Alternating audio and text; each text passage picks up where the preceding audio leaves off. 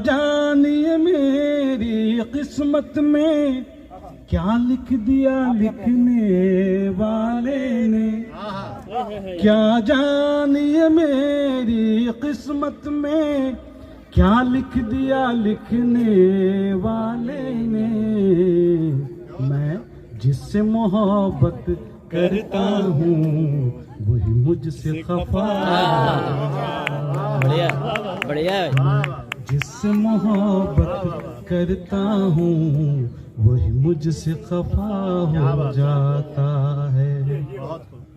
तकदीर भी गुम हो जाती है, तदबीर भी काम आती ही नहीं। क्या कहने, तकदीर भी गुम हो जाती है, तदबीर भी काम आती ही नहीं।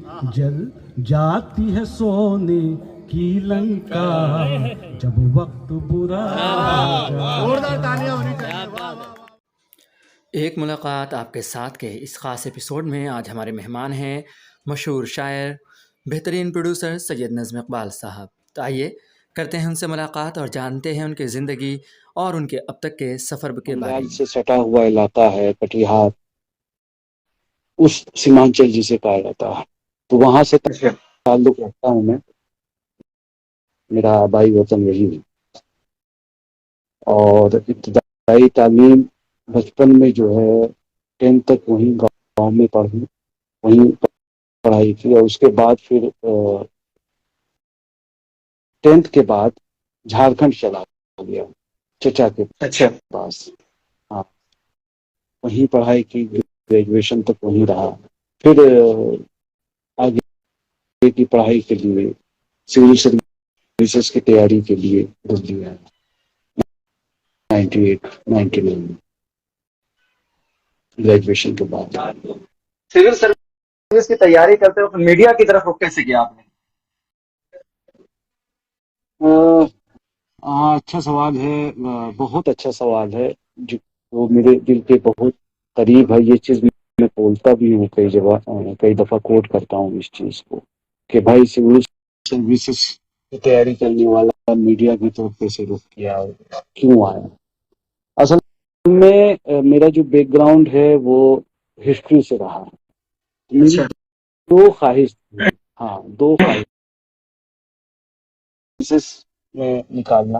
हाँ, हालांकि मेरे कई दोस्त हैं अभी वीडियो से वो बने हुए, मेरे खास दोस्त मेरे बचपन के साथ। क्या हाँ हाँ, बिल्कुल हैं।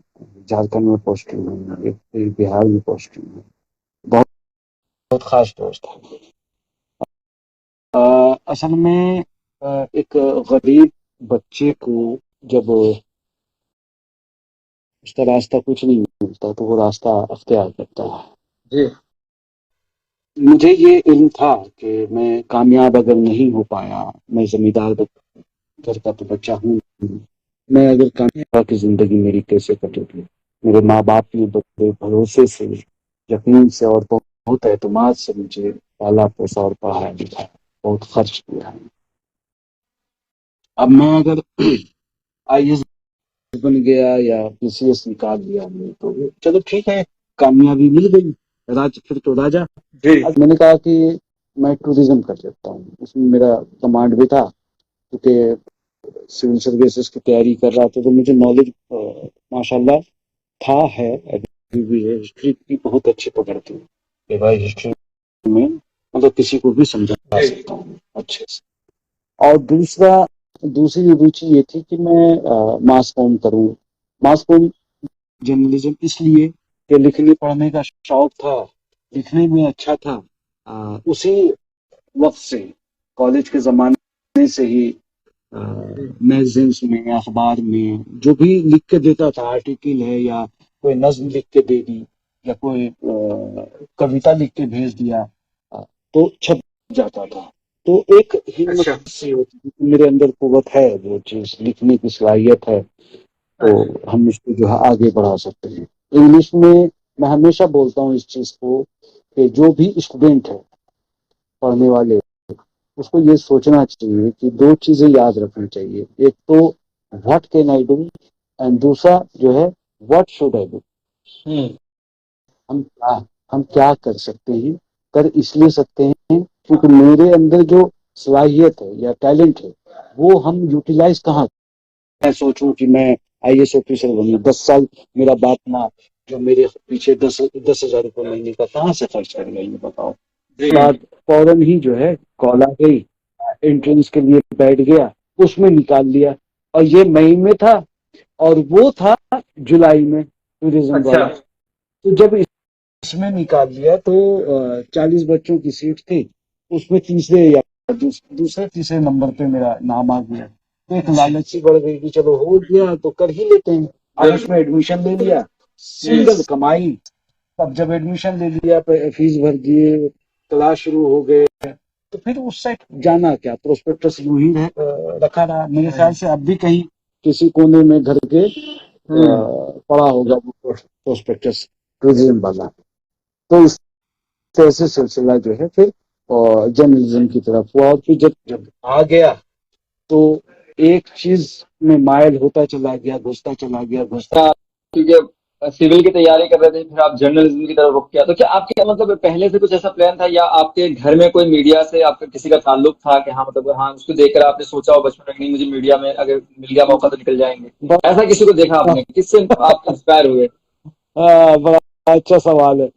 मेरे घर में क्या, मेरे गांव में क्या, मेरे मेरे ख्याल से मेरे इलाके में, गांव समाज दूर, जहां तक मेरी पहचान है, मैं गांव के हवाले से बात कर रहा हूँ, बचपन की बातें, कि मेरे प्रखंड में या मेरे सब डिवीजन में या मेरे डिस्ट्रिक्ट में भी मैं किसी को ऐसे किसी को नहीं जानता हूँ जो पत्रकार थे या पत्रकार हैं अब भी।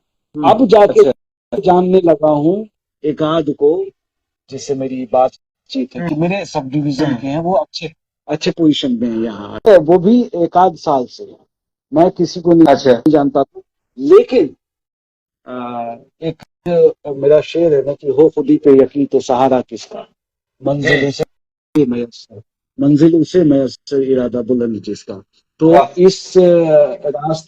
इस रास्ते पे चल के हमने जो है रास्ता तय किया, और मंजिल तो अभी नहीं पाई है। जो भी रास्ते तय किए बस इसी फिलॉसफी पे चल के तय किया हमने। जिंदगी बहुत महंगी है, और आपने जिस वक्त शुरू किया होगा उस वक्त तो और भी महंगी रही होगी, और एक मिडिल क्लास फैमिली के लिए बहुत मुश्किल होता है उसमें तैयारी करना। आपके पेरेंट्स ने जितना आपको कहा कि हाँ भाई ठीक है तुम सिविल कर रहे हो, बहुत अच्छी बात है और तैयारी करो, तो जब आपने रुख किया कि नहीं चलो मीडिया में हो रहा है, तो क्या क्या मतलब आपके फैमिली का जो है, आपके पेरेंट्स का क्या रद्द अमल रहा, उनको कैसा फील हुआ, या उन्होंने क्या आपको फिर उस वक्त कहा था? उनकी ख्वाहिश थी, लेकिन इसको इम्प्लीमेंट करने में मेरे छोटे चचा सैयद हसन सनाउल साहब का बहुत बड़ा किरदार है। उन्होंने उसको जो है जैसे होता नहीं है कि भाई लोहा मिला लेकिन लोहे में जंग लगा है, उसमें पॉलिश करने का काम चचा ने किया। वो उनका बड़ा मतलब एहसान है। चचा की जिम्मेदारी नहीं होती है, चचा अगर कुछ करता है तुम्हारे लिए तो वो ये मत समझो कि चचा तुम्हारे लिए कर रहा है इसलिए कर रहा है कि उसकी जिम्मेदारी है। वो उसकी जिम्मेदारी नहीं होती है। वो अगर करते हैं तो मोहब्बत से करते हैं, और आपको उसका एहसान हमेशा रखना होगा। तो उन्होंने सारे रास्ते बताए। आप समझिए कि मैं जब 10th के बाद दुमका पहुंचा तो दुमका में मेरे लिए मैगजीन की दुकानें फ्री, जी, स्टेशनरी की दुकान फ्री, अखबार दो अखबार इंग्लिश का और 2 अखबार हिंदी का, मैगजीन कोई भी उठा लो, किताब कोई भी उठा लो, अखबार 4, स्पोर्ट स्टाइल ले लो, प्रतियोगिता दर्पण ले लो, प्रतियोगिता किरण ले लो, जो भी लेना है पढ़ाई के नाम पे, मर्जी तुम्हारी। आप समझ जाओ कि अब ऐसे चचा मेरे ख्याल से, मुझे तो नहीं लगता कोई मिसाल होगा इस जमाने में। बेटे के लिए भी आदमी सोचेगा कि मैगजीन के लिए दुकान फ्री है ना, के लिए भी दुकान फ्री, किताब की दुकान फ्री, आपको जो चाहिए वो दो, है ना। लेकिन हाँ, मैंने भी उनको जो है किसी चीज से नाराज नहीं किया, निराश नहीं किया। मैंने रिजल्ट बराबर अच्छे दिए, अच्छा रिजल्ट किया मैंने। कॉलेज में अच्छे रिजल्ट लाए और नाम रहा। हाँ, कॉलेज में अच्छा कॉलेज था, बेहतरीन कॉलेज, और उसमें नाम कमाया। अच्छे स्टूडेंट्स के बीच में, बेहतर के बीच में बेहतरीन बन के दिखा। कि सफर बहुत मुश्किल भरा था। जब मैंने मास कॉम किया था 2000 में, उसके बाद मैंने इंटर्नशिप की जी न्यूज जैसे महकमे में। बड़ा नाम, बड़ा बैनर, क्योंकि वहां पे गेट में पहुंच जाना बहुत बड़ी बात है। हमें हमारे हमारे इंस्टीट्यूट से भेजा गया था 3 नाम, उसमें से मैं एक नाम था। 40 बच्चों में 3 लोगों को भेजा गया था वहां इंटर्नशिप के लिए, रिक्वेस्ट भेजा गया था, वो मंजूर हुआ था। उसमें से एक मैं था। मंजूर हुआ, 2 महीने की इंटर्नशिप थी। फिर जब वहां से 2 महीने का टेन्योर पूरा हुआ तो मुझे बोलने लगे, जो इंचार्ज थे, इंटर्नशिप के इंचार्ज थे, वो बोलने लगे, बेटा यहाँ से जाओ मत, तुम एक्सटेंड करो। अच्छा। अरे हम तो उस टाइम, हाँ, उस टाइम मुगालते में थे कि हम तो भैया, हमें तो बड़ा स्टार बनना है, यहाँ से निकलते ही जैसे नौकरी लग रहा है, टेबल पे रखा हुआ है और उठाओ और घुस जाओ अपने बड़े बैनर में। खैर, वो बोलते रहे, बेचारा सर्टिफिकेट नहीं दे रहे थे। नाम भूल रहा हूँ मैं, कोई ये आपको दिया जाएगा, कल ले आया 5000 की नौकरी करूंगा, एक बस पास के लिए ये करूंगा, मतलब इस तरह से रिपोर्टर की नौकरी, ये वो। इसी सिलसिले में जो है 1 साल गुजर गया, तो उससे खर्च तो चलना होता नहीं था भाई। महीने का खर्च तो नहीं चलेगा, किराए का घर भी था, जिसको 1800 रुपया किराया भी देना है, बिजली बिल भी 100-150 रुपया बनता था, उसको भी देना है, राशन पानी वाले। तो हर महीने ये बना रहता था कि कैसे जिंदगी गुजारें। हाँ, मीडिया हाउसेस में बहुत तगड़ा बनाया था। जितने भी नाम ले लो आज, आज जितने भी बड़े नाम है मीडिया में, सबको मैं जानता था, सबके नंबर्स थे मेरे पास, आज भी हैं, सबके 1 to all बता रहा हूँ। कोई एक नहीं होगा जिसका नंबर नहीं होगा मेरे पास। सब मोबाइल नहीं था, एक बगल में पीसीओ था बेचारा, उनका नंबर था, उन्हीं का नंबर पीपी के नाम पे दिया था हमने, कॉन्टेक्ट नंबर पे, और उन्हीं के पीसीओ से जाके फोन करता था।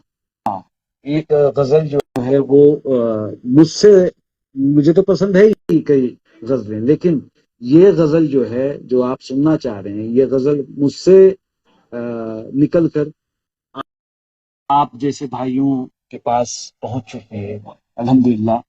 और इसका मुझे जो है फख्र है, नाज है कि लोगों ने बड़े प्यार से और बड़े इस्तकबाली अंदाज में हमने इसका जो है इस्तकबाल किया है और बहुत पसंद किया। जब भी सुनाता हूँ तो जिस भी महफिल में सुनाया, बहुत मोहब्बत मिली, बहुत प्यार मिला, बहुत दाद तहसीन से नवाजा लेना। तो खैर, आपके इल्तमास को मैं जाने नहीं दूंगा रायता। तो एक गजल के चंद अशार जो आप सुनना चाह रहे हैं, वो ये हाजिर मतलब यूं कहा है कि तरन्नुम में सुना दूं? जी बिल्कुल, तरन्नुम में सुनाया। इस दिल में होते हैं कुछ दर्द सिवा हो जाता है, जब उनका तस्वुर करता हूँ हर जख्म हरा हो जाता है। क्या कहने हैं। जब उनका तस्वुर करता हूँ हर जख्म हरा हो जाता है।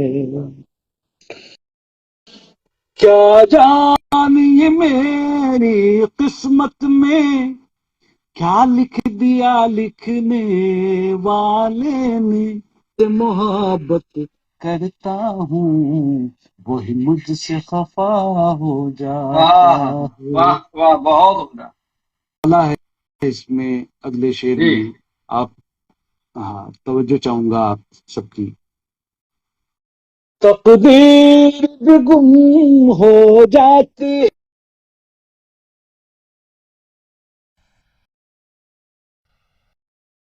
आती ही नहीं, हम्म, तब जाती है सोने की लंका जब जब वक्त बुरा वक्त बुरा हो हो जाता जाता है। मैं उनको लौटा देता हूँ, नहीं फिक्र मुझे अपने दिल की, जब उनके दस्ते नाजुक से जो तीर खता हो जाता है। अब अगला शेर आजकल के जी हवाले से है, जिसके लिए मैंने पूरी गजल लिखी। ये वो शेर है। जी हाँ, जी जी जी। है रुख पे नकाब उनके आधा, हम्म, करते हैं हिजाब अक्सर आधा, उम्दा। भी अदा हो जाता है, जलवा भी हम्म, अदा हो जाता है। और देखिए, जो शेर सुनाया मैंने पर्दे वाला, जी वो उसके लिए पूरी गजल लिखी। और अगला शेर जो है सबसे ज्यादा पसंद जो है मुझे, वो अब हम्म, आएगा। अब देखिए। जी दिल में मोहब्बत है मुझसे, बातिन में है रिश्ता किसकी से, जो बात मैं उनसे कहता हूँ गैरों को पता को हो पता। जाता है। हाँ हाँ हाँ, जो बात बहुत मैं अच्छे। उनसे कहता हूँ गैरों को पता हो जाता है।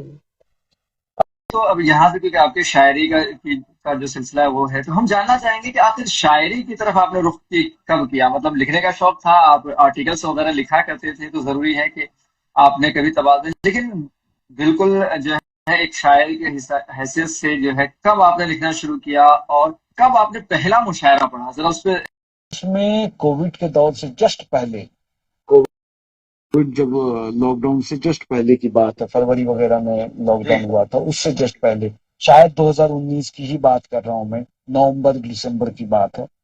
उस वक्त जो है मेरठ में एक मुशायरा था, नशिश थी, किसी के घर जी में मुशायरा था। तो वहां पे, हाँ, मैं एक चीज और बोलना चाहूंगा। जी मैं शायरी करता था, सुनाता था मैं अपने साथी, और मैं साथी नहीं कहूंगा, मेरे बड़े भाई जिनकी मैं इज्जत करता हूँ, बड़े भाई के हैसियत से तस्लीम करता हूँ हमेशा। मेरे मरासिम दूरदर्शन से पहले से हैं उनसे। इसके लास्ट की बात है ये पक्का, हाँ, अब जैन में आ गई, नवंबर की बात है, 11-12 नवंबर की बात है। तो पढ़ा, वहाँ दाद भी मिले लोगों से। और सबसे बड़ी बात कि जब वो मुशायरा खत्म हुआ, बड़ी इज्जत से पेश आए लोग, मुंतजिम जो थे, हाँ, सारे लोग बड़ी इज्जत से, बहुत अच्छे से नाम लिया, इस्तकबाल बहुत अच्छे से किया, सपोर्ट मिला अधिकारियों से। भाई मैं बोल नहीं सकता, हर चीज में जो भी किया, तो उन लोगों के भरोसे और उन लोगों की उम्मीदें जो है टूटने नहीं दी। खैर, जो किया क्या आपको पसंद आया, बाद में फिर आप वो अब सबके सामने पब्लिक प्लेटफॉर्म पे है कि किस तरह से पसंद किया जा रहा है उस प्रोग्राम को। अल्हम्दुलिल्लाह। बताओ, जज भी आप आप गए जैसे, हैं, हाँ बताओ आपने सदारत भी की है, हाँ और हाँ तकरीबन हाँ। आपने सभी कुछ किया है। अच्छा, चलते चलते हम जानना चाहेंगे कि कभी हाजिर जो आपने प्रोग्राम लॉन्च किया और आज जो है पूरे हिंदुस्तान में देखा जा रहा है, सुना जा रहा है, लोग पसंद कर रहे हैं, पहचान मिली, और उसके बाद ये प्रोग्राम ने भी आपको एक अलग पहचान दी है बतौर प्रोड्यूसर, तो कैसा महसूस होता है? ये अल्लाह ने इतनी कामयाबी अता की है और ये चंद सालों के बाद है। मेहनत आपकी बहुत सालों से है। महसूस क्या होता है? हर पल अल्लाह का शुक्रिया अदा करता हूँ कि अल्लाह ने बहुत नवाजा, जिसका मैं, हाँ, मैं इतना सा भी इतना सोचा, बेशुमार पाया, जितना सोचा नहीं था लामहदूद पाया। और जी सबसे बड़ी बात, देखिए, नाम कमाना बहुत बड़ी बात नहीं है। बात मेरे लिए सबसे बड़ी बात यह है कि मुझे इज्जत से देखा जाता। आज इज्जत से नाम दिया जाता, सामने नहीं। ये नहीं है कि सामने नाम ले रहे हैं, गैरों की महफिल में। और दूसरी बात ये है कि एब्सेंट में। बोलिए। मैं कह रहा था कि आपका जो प्रोग्राम है कभी हाजिर है, जैसा कि आप इसे करता रहते हैं, आपने ही सारी मेहनत। ऐसे एक प्रोग्राम और है शैलेश लोढ़ा साहब का, जिसके भी 300 एपिसोड मुकम्मल हुए हैं। वहाँ क्या बात है, अक्सर जो है हम जब पढ़ते हैं और अक्सर शायरों से मुलाकात होती है या दूसरे जगह, तो हमने इन दोनों प्रोग्रामों को आपस में मिलते जुलते देखा। लोग बात करते हैं, आपके प्रोग्राम की भी बात करते हैं, उनके भी प्रोग्राम की बात करते हैं। तो ये जो दोनों का जो क्लैश होता रहता है हमेशा, इसको सुन के कैसा लगता है आपको? ये कम बड़ी बात है क्या? शैलेश जी बहुत पहले से करते आ रहे हैं, मैं पिछले 1 साल से कभी हाजिर ही कर रहा हूँ। अगर जी, दोनों जी, का कंपैरिजन आम पब्लिक कर रही है, आम शायर कर रहे हैं, आम कवि कवित्री कर रही हैं, तो ये मेरे लिए फख्र की बात है ना। और बिल्कुल। सबसे पहली बात है कि वो जो स्टेज मुहैया कराया, जो इस लायक बनाया, हमारी माँ ने बनाया। हमारी माँ मतलब मेरा मुराद दूरदर्शन से है। चाहेंगे कि नदम भाई, चलते चलते आप नए शोरा हजरात को क्या मैसेज देना चाहेंगे कि वो कैसे अपना जो है शुरुआत करें? जो पहली शर्त है वो ये है कि ख्याल का होगा, और ख्याल भी ऐसा जो तरीके का हो, उल्टी सीधी चीजें। एक चीज, फिर बात आती है आपकी जबान की, लैंग्वेज की। जी जबान के मानी तलफुज के नहीं, लैंग्वेज की।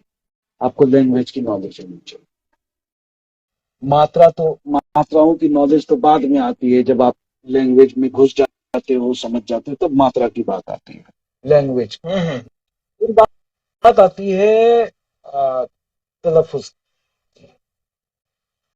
तलफुज अच्छी होनी चाहिए। फिर बात आती है आपको समझ की। बस लिखते जाइए, लिख के साइड कीजिए। तो उसके बाद जब डायरी पलटिएगा तो खुद अपने आप को लगेगा कि अरे, इसमें तो ये गलती है, ये मात्रा की कमी है, ये ज्यादती है, यहाँ पे इसकी कमी है, यहाँ पे पता चला बहर से खारिज है। तो जैसे कहा जाता है ना कि पत्रकारिता क्लासरूम में नहीं सीखी जाती, तरन्नुम भी सीखी नहीं जाती। तरन्नुम भी आपको जो है खुदादाद होता है। तरन्नुम के लिए कोई कंडीशन नहीं है। तो तहत में बड़े बड़े शायर हुए, तहत में नाम कमाया लोगों ने, हैं? कोई जरूरी नहीं। कई कई ऐसी महफिल होती है, कई ऐसे लोग हैं जो तरन्नुम को पसंद भी नहीं करते। ये तरन्नुम में क्या शायरी, क्यों शायरी करेगा तरन्नुम में? लेकिन हाँ, तरन्नुम का अपना मजा है, तहत का भी अपना मजा है। दोनों का कंपैरिजन कुछ नहीं है। बात है शायरी के पीछे जो ख्याल आपका कैसा है, आप उसको कैसे कलमबंद करते हो, ये बड़ी बात है, और कुछ नहीं। बिल्कुल। बहुत बहुत शुक्रिया नदम साहब, आपने वक्त निकाला।